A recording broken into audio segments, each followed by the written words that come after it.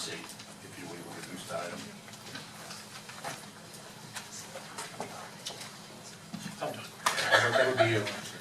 Are you officially handing me over the gavel? Well, I wasn't going to, but. I don't have to fight you on it? Item 5C, PBSO Community Policing Update. Hello. Hello, good evening everybody. Lieutenant Gruber and I are back for the quarterly update. If you recall, last time I spoke on the biannual crime stats that had just come out. This time I'm going to speak on our community policing initiatives, and I'll probably go back and forth by the next quarter. The year-end crime data should be out. We're doing a lot of great community policing initiatives in District 14. This is not all of them, it's what I thought I could get in my 10 minutes. And this is some of our best. I'm going to speak on all these. I actually added one at the last second that came up within the last 24 hours. So I'll get to that. Next slide. The first one's the bike registration program and the bike details we're doing. It's come up before in commission meetings that we have an issue with the stolen bicycles. This is a program that Commissioner Maxwell spearheaded with the city and PBSO, and we launched it at the family Halloween night, and we've done some more since then. Basically, we've got decal. It's a voluntary program where you can register your bike if you're a city resident. The city's maintaining the database. We're etching owner-applied numbers on the bikes if the citizen wants, and it'll be a way to hopefully knock that crime data down, that theft of bikes. The goals here is, to reduce the crime, but also to get the victims' bikes back and to make some arrests.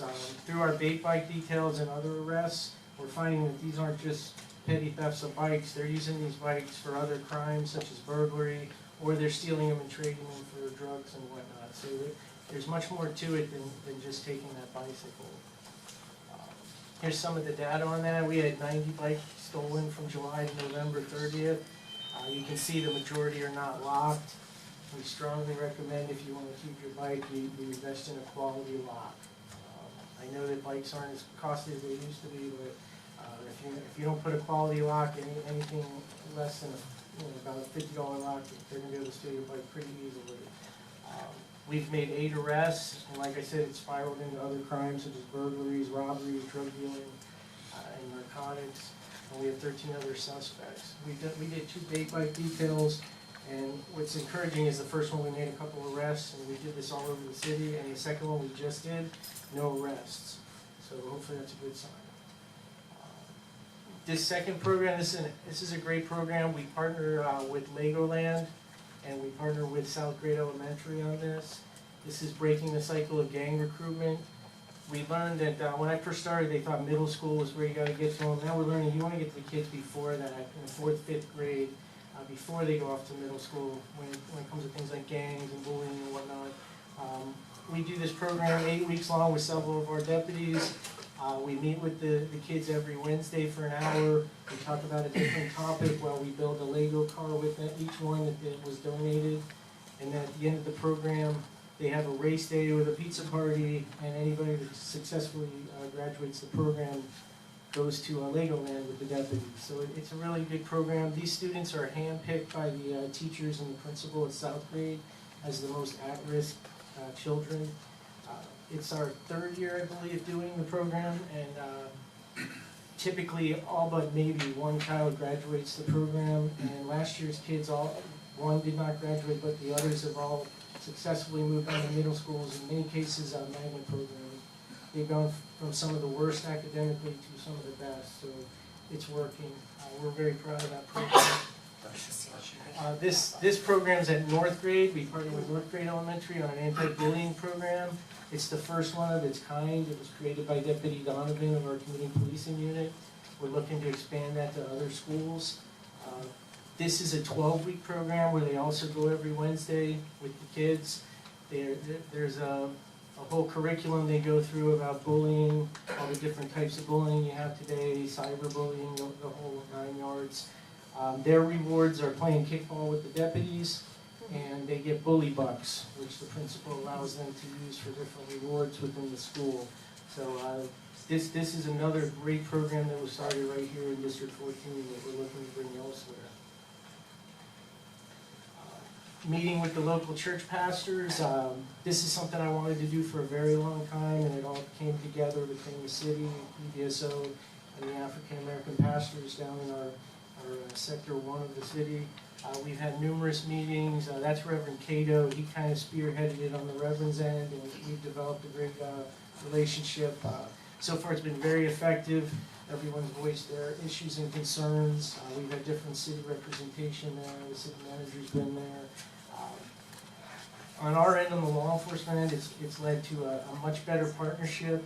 We've gotten some really good cases out of it from the relationships. And we want to keep that going forward. We've got things planned, neighborhood cleanups, and we're looking at possibly bringing some programs down to the gym or the ball fields down there. The Guatemalan Consulate event we've done for several years. We just did one recently.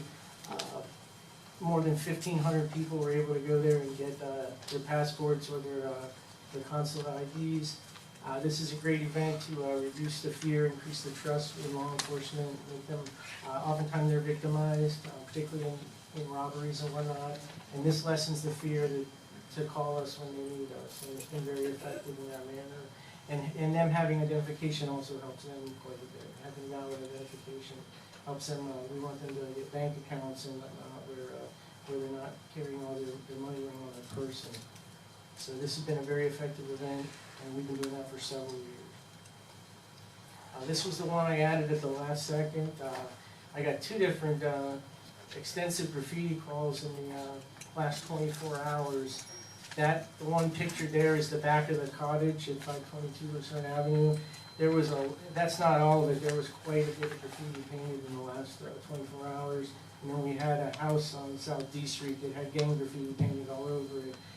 Both are already cleaned up with a 16-hour turnaround time. And that's because the sheriff has given us our own graffiti buster unit. There's 2 in the agency, and we have 1 just for us. So we've had several others in the last couple of weeks, and they're averaging 24 hours or less to be painted out. So I'm very happy with that. Graffiti's a pet peeve of mine, and if you leave it there for any amount of time, more tends to come. So I was really impressed. I went to look at it, and they'd already painted it over. So I was really happy about that today. So I threw that in there. I don't know how I'm doing on time. Crime-wise, we're still out there. We're very busy. Just this week alone, for example, just hitting the high points, we arrested 3 different suspects in stolen vehicles. We caught 2 different burglary where we made arrests. We made 2 different burglary arrests. And I don't know if you saw in South Federal, there was a lot of activity the other day. That was a robbery arrest where they had stolen a vehicle up on Maryland, and then they kept it for about a week, and they were doing robberies from Boynton to Palm Beach Gardens, armed robberies with handguns, and we found them on Washington, and they fled to South Federal. We had over 50 deputies on scene, and we caught them. So that was a crime spree countywide. They had done at least 9 robberies, all on. We're still out there doing the enforcement as well. With that, is there any questions for us? Thank you. Vice Mayor? Thank you, Captain. You mentioned for your last comment, any idea, I'm sure you have some idea of how many of these criminals that were being arrested, are they from here in the city, or are they passing through? Do you have a kind of feel for whether or not these folks are homegrown or coming into the city? We have a mix of both. In that case, they were staying just in the West Palm at a motel and keeping the stolen vehicle in the alleyway behind it. And that makes sense why they went to Spillway Park there to steal the car. But it's a mix, but I'm seeing a lot of new faces. Definitely seeing a lot of new faces out there. Thank you. Thank you very much. I appreciate it. Commissioner Boyd? Didn't mean to interrupt that, but I'm very glad to hear all the activities are good. The graffiti buster one, I completely agree. The faster you get on it, the better. What's the easiest way for residents to call in? Some of them will probably be listening. So what's the easiest way to alert you that they've seen graffiti? Still called a non-emergency. We've simplified the process for the deputies. It's no longer a police report unless we have a suspect. It's a quick email with a picture. It goes to the graffiti distribution list. and I'll they're take on off. it. With that said, we still have the 688-3400 number. I've been going to some of the neighborhood meetings, and I've been told that they're having some trouble sometimes getting through, particularly on, you know, busy Friday or Saturday night. And when I did my research with our commo supervisors, I found that we still have our Old Lake Worth non-emergency number only for District 14, and that's 586-1611.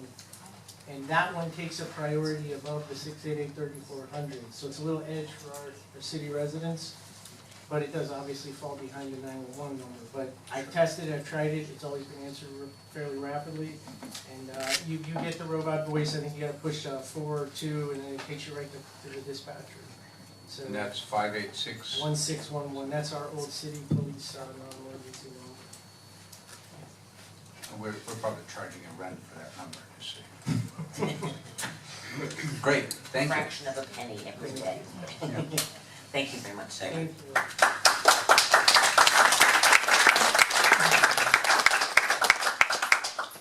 Up next, the Rollo Neighborhood Association update.